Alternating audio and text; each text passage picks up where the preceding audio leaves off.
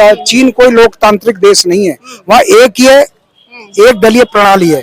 और ऐसा ही मुस्लिम कंट्रियों में एक दलीय प्रणाली है। हम डेमोक्रेसी में जी रहे हैं और लोकतंत्र है, हमारा पश्चिमी देशों का लोकतंत्र है।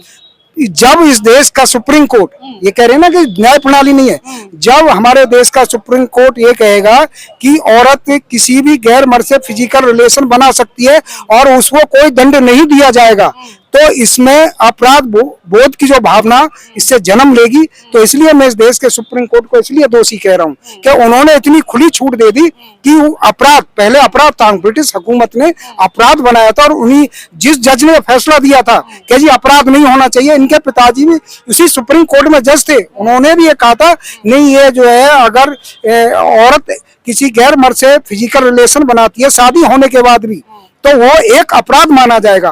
परंतु नए न्यायाधीश सुप्रीम कोर्ट क्या है, उन्होंने उसे अपराध से छुट्टी कर दी, मान्यता दे दी। कैसे मानते हैं हम, और लोगों की भी राय लेते हैं। देखिए कुल मिलाकर के जो संस्कार है ना, संस्कार विहीन हो गया। हमारा जो समाज है वो संस्कार विहीन हो गया। जब संस्कार विहीन हो जाता है तो ऐसी घटनाएं घटती हैं। और आज के बच्चों में, आज की जो जनरेशन है ना, आप सब मिलावटी खाना खा रहे हैं। संस्कार विहीन ना हो इसीलिए तो ये चर्चा आज की चल रही है ना, इसीलिए आप लोगों के माध्यम से हम चैनल वाले जो है ना, आप लोगों की एक जनता की आवाज, एक यूथ की बात लेके फिर मैं आपके पास आती हूँ। बिल्कुल, मैं अपने जो बड़े हैं मैं इनसे बिल्कुल सहमत हूँ। अगर आप, और संस्कार कहाँ से आएंगे? संस्कार जो हमारे बड़े देंगे या फिर हम धर्म ग्रंथों पर चलेंगे। आज रामायण को तो कोई पढ़ना ही नहीं चाहता मैम, उनको तो केवल और आज महाभारत को कोई पढ़ना ही नहीं चाहता। आज भगवान कृष्ण के चरित्र को कोई पढ़ना ही नहीं चाहता।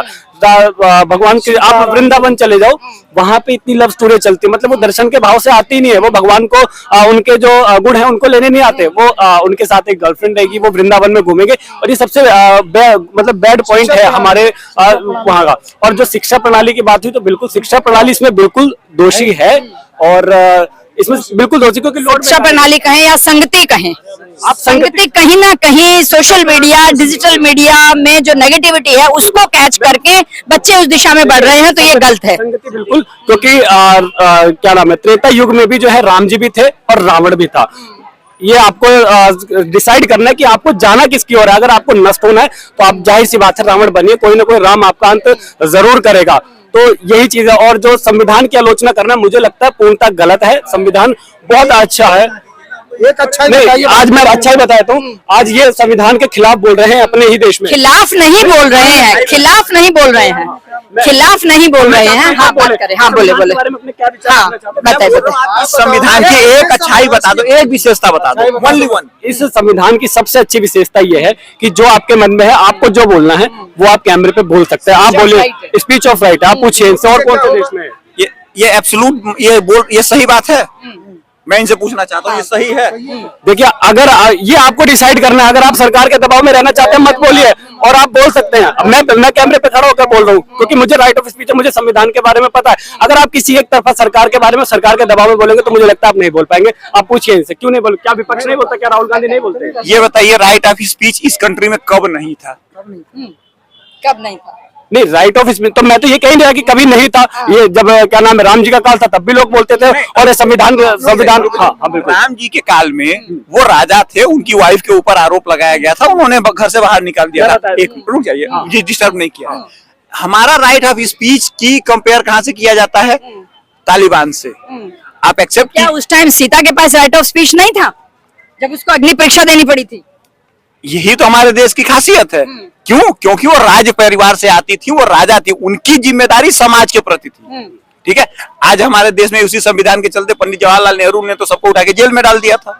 वही राइट ऑफ स्पीच है ना, ये वही राइट ऑफ स्पीच है ना, जहाँ जिसको मन में जो खुद घूस लेता हो और दूसरे को कहता कि ये गोदी मीडिया है, यही है ना राइट ऑफ स्पीच। इस देश में जितनी किताबों पे बैन किया गया, जितनी डॉक्यूमेंट्रीज पे बैन किया गया, जितना वो किया गया, तो वो उसी संविधान से न किया गया। तो भैया ये राइट ऑफ स्पीच आया कहाँ? जिस कंट्री की परंपरा ये रही हो कि जहां हर चीज शस्त्र से नहीं, पहले शास्त्र से की जाती हो, उस देश में अगर आप राइट ऑफ स्पीच की बात करते हो तो आप सोचिए कि आपका माइंड कितना डाइवर्ट हुआ है कि आपके सामने क्या निर्णय आता है कि भैया तालिबान हो, जहां इस चीज का कॉन्सेप्ट ही नहीं है। ठीक है, आपको मैं एक बात याद दिला दूं, कहते हैं कि 900 किलो का वो उनका खलीफा था, वो उठा लिया। 4 टन का वो जीसस लेके घूम रहे थे, तो हमारे हनुमान जी पहाड़ उठा लिए तो सबको दिक्कत होने लगी। जिनकी मेंटालिटी जो है उस पे मेरी बात हो रही है कि आप कोई चीज गैदर कहां से कर रहे हैं। जो चीज हमारे पास मौजूद है, जिसका सदियों से उदाहरण है, अभी तो ये बच्चे इन्होंने तो देखा ही नहीं होगा, अभी भी हमारे आज के 40 साल पहले 30 साल पहले जब हम लोग यंग थे तो शादियों की परंपरा में बकायदे शास्त्रार्थ होते थे, पंडित आते थे, उस पर चर्चाएं होती थी। आज की पीढ़ी को पता नहीं है। अब देखिए आपने पंडित जी की बात की, चर्चा की बात की जी, इन्होंने जो बोला फ्रीडम ऑफ स्पीच या फ्रीडम ऑफ राइट, ये तो प्योर बकवास हो गई ना। मैं एक चीज कहना चाहूंगा, सबसे पहले इन्होंने जो सीता माता का जो है एक बताया कि उन्हें निकाल दिया गया समाज से।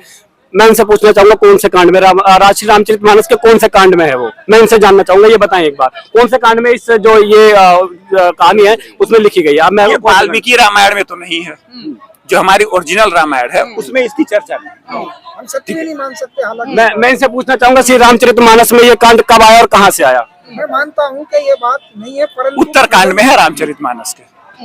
देखिए मैं बता दूं, ये अब इनको इसी बात की जानकारी नहीं है। आप सोचिए प्रभु श्री राम उनको कैसे त्याग सकते हैं? सबसे पहली बात ये जो जब भगवान तुलसीदास जी ने श्री रामचरितमानस की रचना की, उन्होंने सारे कांड लिखे, और मुझे लगता है जो एक रामायण का टेलीकास्ट आता डीडी नेशनल पे, उसमें बेसिकली इसको ज्यादा हाईलाइट करके दिखाया गया है। ठीक है, मैं बता दूं वो कांग्रेस के दबाव में, मैं स्पष्ट बोल रहा हूँ, कांग्रेस के दबाव में बनाया गया। तो मैं पार्टी का नाम ले रहा हूँ, और आप इसको इस चीज को गूगल करेंगे ना यूट्यूब पे, आपको हजारों वीडियो मिल जाएंगे जो इस चीज को एक्सप्लेन करेंगे कि उनके ऊपर दबाव बनाया गया कि आपने पूरा अच्छा सीरियल बनाया हुआ है, लेकिन इसमें उत्तरकांड भी डालो, क्योंकि अगर आप नहीं डालोगे तो उस धर्म की बुराई नहीं हो पाएगी उसमें, क्योंकि एक नेगेटिव और एक पॉजिटिव वो चीज बता दें। तो पहली बात तो मैंने एक बात क्या करी इनसे, एक बात मैंने क्या बोली, ये हमारे जो ओरिजिनल सोर्स है, वाल्मीकि रामायण हो या जैन की रामायण हो या फिर कंब की रामायण हो, ये तीनों में नहीं है, ये तीनों में नहीं है। लेकिन रामचरितमानस की जो बात कर रहे हैं, या जो बाद में जो हिस्ट्री बताई गई है, जिसमें ये सारे अनंत कांड जोड़े गए हैं, जिसके बारे में 100-150 साल पहले की जो हिस्ट्री है उसमें मेंशन है। बट ये चीज तो हमारे यहाँ परंपराओं में भी है, हमारे यहाँ परंपरा में है ना। नहीं, जनरल बात कही जाती है ना कि सामने वाला राम तो नहीं है, लेकिन सीता की तरह हर नारी को परीक्षा देनी पड़ती है। ये तो एक किंवदंती के रूप में, एक आइडियम के रूप में भी इस्तेमाल हो रही है ये बात। इसका कॉन्सेप्ट हम लोग संविधान से दूसरे मुद्दे पे चले जाएंगे, हम संविधान पे ही रहते हैं। ठीक है, संविधान पे तो इन्होंने जो चीज बोली थी, इन्होंने अपने आप में एक्सेप्ट कर लिया कि ये जो हमारे नाम पे बताया जाता है हमारा फ्रीडम ऑफ स्पीच, या हम बोलते हैं ये टोटली कोलैप्स हो गया, ये टोटल झूठ हो गया। जब सरकार खुद ही उसको दबा रही है, मैनिपुलेट कर रही है, तो वो तो कोई राइट में नहीं आया। तो रुक जाइए, जो अगर आपका कोई नियम है जो राइट में नहीं आता, जिसका मिसयूज किया जाता है, तो वो फिर कानून तो रहा नहीं ना। देखिए सबसे पहले ना मुझे लगता है ये सब चीजें बोलने से पहले ना अपने अंदर एक देशभक्ति की भावना लानी चाहिए, त्याग की भावना होनी चाहिए। जब तक आप समर्पण नहीं करोगे ना, बोलना बहुत आसान है और समर्पण करना बहुत ही ज्यादा कठिन है। आज आप राइट ऑफ स्पीच की बात कर रहे हैं, लेकिन राइट ऑफ स्पीच आपको उसके लिए समर्पण करना पड़ेगा। हो सकता है आपकी आवाज को दबाया जाएगा, अगर गलत शासन है तो आपकी आवाज को दबाया जाएगा, लेकिन आपको समर्पण करना होगा और आपको आवाज को उठाना होगा। और रही बात संविधान की, मतलब जो संविधान का विरोध करे, मेरा कहने का कॉन्सेप्ट केवल इतना है, मैं इतना क्लियरली कहना चाहता हूँ कि संविधान में कुछ चीजें गलत हो सकती हैं, वो तब गलत होती है। गलत है भाई, गलत है, ये नहीं है, कुछ तो अच्छाई है, ये नहीं। 200 कुछ सदस्य थे, मेरे को एग्जैक्टली नहीं पता, 200 कुछ सदस्य थे जिन्होंने संविधान बनाया, 193। ठीक है, उनको इतना समय लगा, उन्होंने बहुत सारी चीजें हर बनाया, सारा कॉपी पेस्ट। देखिए मैं बता रहा हूँ, बिल्कुल नहीं, बच्चे को भी बोलने दीजिए, बच्चा युवा है देश का, उसकी भी तो आवाज है। देखिए ये कोई बात बच्चे की आवाज है, बिल्कुल नहीं। मैं क्लियर करना चाहूंगा, हमें जो पढ़ाया जाता है संविधान में बेसिकली, हाँ मैं मानता हूँ डेनमार्क और स्वीडन और न जाने कहां से सारी चीजें ली गई हैं, लेकिन उस संविधान को आपकी तरह से उसे जो है कस्टमाइज किया गया, आपकी तरफ से उसे कस्टमाइज किया गया। अगर आपको हिंदी बोलने का अधिकार दिया गया, सरकार कह रही थी इंग्लिश है, आज क्यों नहीं ये इंग्लिश शब्द अपने बच्चों को पढ़ाएंगे? अब इनसे पूछो क्या इनके बच्चे इंग्लिश मीडियम स्कूल में जाते नहीं जाते? हाँ या ना का जवाब दिलवाएं। मेरे बच्चे तो नहीं जाते इंग्लिश मीडियम स्कूल में। झूठ बोल, क्या गुरुकुल में जाते हैं इनके बच्चे? पूछिए, है नहीं है यहाँ पे। अगर आप वृंदावन और अयोध्या के अंदर जाएंगे, मेरा छोटा भाई, मैं खुद बताता हूँ, वो गुरुकुल में पढ़ रहा है, वो गुरुकुल की शिक्षा ले रहा है। क्या ये अपने बच्चों को गुरुकुल की शिक्षा दिलाना चाहेंगे? क्या ये रामायण श्री रामचरितमानस इतिहास और श्रीमद भागवत कथा या फिर श्रीमद भागवत गीता पढ़ाना चाहेंगे? ये हाँ या ना का जवाब दिलवाइए, बस उसके बाद मैं अपनी बात को रखूंगा। फिर मैं क्या ये पढ़ाना चाहेंगे?